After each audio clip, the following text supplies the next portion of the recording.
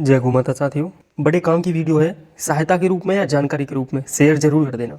जिन्हें दिन में 100 छींकें आती थी, उनकी समस्या एक ही दिन में ठीक हो गई। हाँ, मैंने आपको बताया था ना कि उसको सुबह उठते ही 100 छींक आ जाती है। 100 छींकें आती थी। तो वो तो एक दिन में ठीक होगी। एक दिन में ठीक।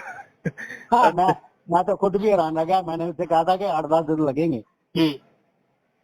तो उसको शीशी थी, उसने एक दिन डाला, शायद ज्यादा डाल गया, 4-5 बूंद डाले, पता नहीं कितनी डाली, लेकिन उसका अगले दिन से उसको छींके नहीं आई। बस एक दिन में ठीक हो गई वो तो। गौ माता के पंचगव्य से बनी नासिका औषधि कफ दोषों में रामबाण का काम करती है। कफ रोग मतलब जैसे छींके आना, पुराना नजला, सर्द गर्म की समस्या या लगातार सिर में दर्द रहना, जिसे माइग्रेन भी कहते हैं। कंठ से लेकर मस्तिष्क तक के जो रोग होते हैं, सभी में अमृत का काम करती है। ये 100% प्राकृतिक है, गोमाता के पंचगव्य से बनी है, बिना किसी साइड इफेक्ट के। बच्चों से लेकर बड़ों तक कोई भी प्रयोग कर सकता है। किसी भी सहायता के लिए आप सहायता केंद्र पर संपर्क कर सकते हैं। जय हिंद, जय भारत।